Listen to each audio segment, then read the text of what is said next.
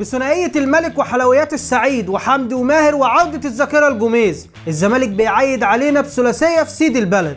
نروح للتشكيل. بدأ جوميز بعواد في حراسة المرمى، حمزة وحسام، عمر يمين، فتوح شمال، دونجا وجنبيه عبد الله السعيد، وصادهم حمدي، زيزو وناصر ماهر وسامسون. التشكيل ده بيقول لنا ان جوميز رقم واحد عنده هو الاستحواذ، واي لعيب هينفذ له الاستحواذ ده هو اللي هيلعب، وده بيفسر ليه عبد الله السعيد 8 رغم ان هو عنده شحاته ووجود حمدي وكمان ناصر. ميزه التشكيل ده ان الكره هتفضل في رجلك اطول فتره ممكنه، ودايما الاستحواذ هيبقى معاك. النهارده كان الاستحواذ 70% بالمناسبه، واللي قبليه برده كان حاجه و70، واللي قبليه برده حاجه و70. كل ماتش الزمالك دايما الاستحواذ معاه. ميزه تشكيل زي ده انه بيخلي فيه لعيبه كره كتير قوي في الملعب، وده بيخلي الكره معاك وتقدر تنقلها وتستحوذ عليها وتطلع بيها حتى لو الفرق ضغطت عليك. ميزه التشكيل ده انك لو سجلت بدري بيحصل زي ما كلكم شفتوا النهارده، 1 و2 و3 واستحواذ واداء ونتيجه وحلويات. عيبها بقى ان لو لا قدر الله ما قدرتش تسجل الدنيا هتغيبر واللعيبه هتهرب منها. ويا سلام بقى لو الكرة اتلعبت في ظهرنا بسبب خط الدفاع العالي اللي بيلعب بيه جوميز وجات جول، ساعتها الدنيا تغيبب ونبتدي نجري ورا النتيجه وما نشوفش اي حاجه حلوه من اللي احنا شفناها النهارده. لكن الحمد لله النهارده ده ما حصلش، والزمالك عايد علينا ب3 في سيد البلد. وفعلا بدأنا الماتش باستحواذ وضغط واسترجاع سريع للكوره، وده خلى لعيبه الاتحاد مش عارفه تباصي باصتين بس على بعض، وما عداش كتير عشان الملك في اول ربع ساعه يجيب الاول لنادي الزمالك. كره طويله من عمر جابر في ظهر الدفاع بياخدها الملك وفي الضيقه للمهدي سليمان.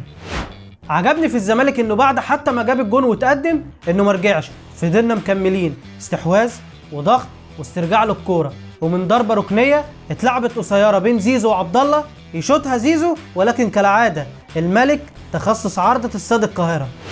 لكن فتوح بيراضينا وبيسروق احلى من كحك العيد لناصر ماهر اللي بيستلم وبمعلمه وبوش رجله التاني للزمالك، والاول لناصر ماهر معانا 2-0 والمتعه لسه مكمله. بيباص عالمي من عبد الله بيكسر بيه 3 لعيبه من الاتحاد، بتروح لناصر اللي بيلف وبيديها عظمه لسامسون اللي بيفنشها بمفاجاه، ولكن للاسف الحلو مكملش.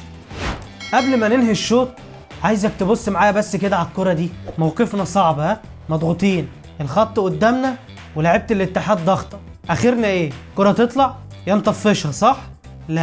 لا مش ده اللي حصل. وهي دي قيمه اللعيبه الكبيره اللي ينفع تلبس تيشيرت كبير وتقيل زي تيشيرت نادي الزمالك. بص كعب عبد الله لناصر، وخرجنا بالكوره لحد ما وصلت لزيزو اللي خدها فاول وبقت الهجمه لينا. بص كنا مضغوطين فين وبقينا فين. لعيبه الكوره هي اهم حاجه، الكوره مش بالعافيه. وحسبي الله ونعم الوكيل اللي في يوم من الايام دخل النادي ده لعيبه ما ينفعش تمارس الكوره اصلا، مش بس تلعب في الزمالك.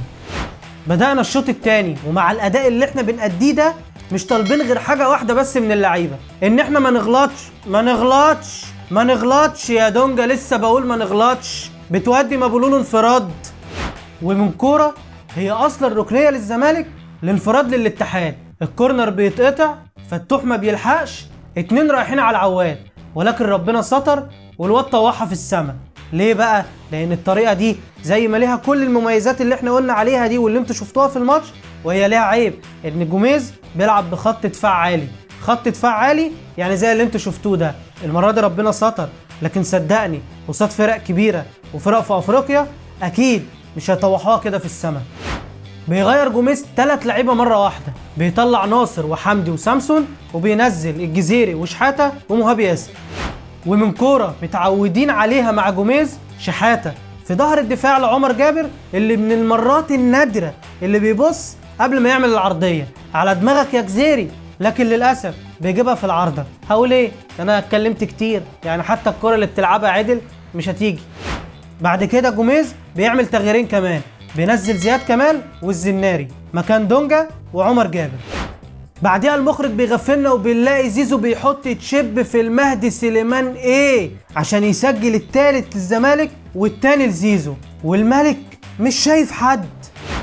ومن كرة طويلة من الزناري بتروح للجزيري اللي بيقلبها رابونا لزيزو اللي كان هيهاتريك، ولكن المهدي سليمان بيقول له خلاص بقى عمنا كفايه، وبتخلص المتعة الكروية على كده 3-0، والزمالك بيقف على رجليه تاني لحد ما نشوف هنعمل ايه في الماتش الجاي. نروح للعيبة واولهم عواد. النهارده ما جاتش حاجات كتيره لعواد لان الزمالك كان مستحوذ وكان قوي ومفيش فرص راحت عليه غير كوره ولا اتنين وتعامل معاهم بشكل كويس.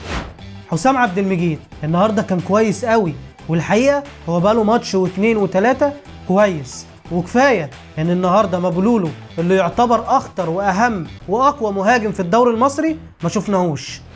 حمزه المسلوسي هو زي ما هو، الرجوله النخوه، شايل دفاع الزمالك لوحده. عمر كان كويس النهارده، وهو بصراحه بقاله فتره كويس، ماتش واثنين وثلاثه بيأدي كويس وعنده روح. فتوح طبعا ده بقى مكيفه، يعني كفايه السروب بتاع ناصر ماهر النهارده. دونجا ما كانش احسن حاجه النهارده، يمكن عشان كان خايف من الانذار، بس ده برضه مش مبرر انه يكون ناعم قوي النهارده كده. عبد الله السعيد احنا مش هنقيمه، عبد الله السعيد هو اللي يقيمنا يا جماعه. حمدي زي ما هو لسه بيعزف ولسه هيعزف. زيزو ملك زي ما هو، احسن لاعب في الدوري واحسن لاعب في افريقيا واحسن لاعب شافته عينينا اساسا. ناصر عالمي، هدوء، لعب كوره، فهم هو بيلعب فين يا راجل، ده المفروض هو اصلا مش وينج. وبص الفرق بينه وبين شلبي، فهمتوا بقى الفرق بين لعيب الكوره وبين الفلاح. النهارده لعب وفي الجبهه بتاعته كان فتوح، خدت بالك ازاي هو يضم فتوح يفتح، ولو فتوح ضم هو يفتح ويستلم منه، ما بيقفلش عليه ولا لازق في الخط.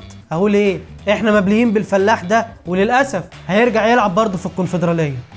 سامسون زي ما انا قلت هو احسن الوحشين، لما يبقى عندك 3 وحشين تختار الاحسن ما بينهم، ومره واثنين وثلاثه سامسون اثبت انه الاحسن ما بينهم، فيا ريت يثبت ويا ريت يبدا الماتش الجاي.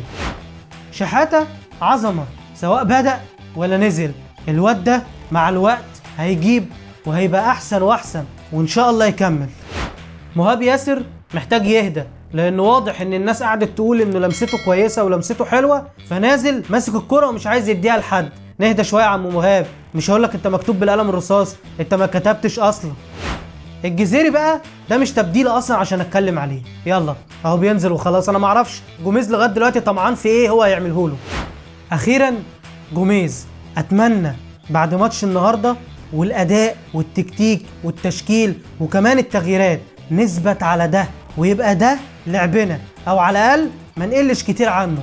بلاش عك وبلاش لعيبه ما تنفعش وبلاش تأليف، وان شاء الله باذن الله ربنا يكرمنا، لان احنا محتاجين نثبت الطريقه دي والتشكيل ده في الماتشات اللي جايه في الدوري وكمان في الكونفدراليه، وربنا كريم وباذن الله ناخد البطوله.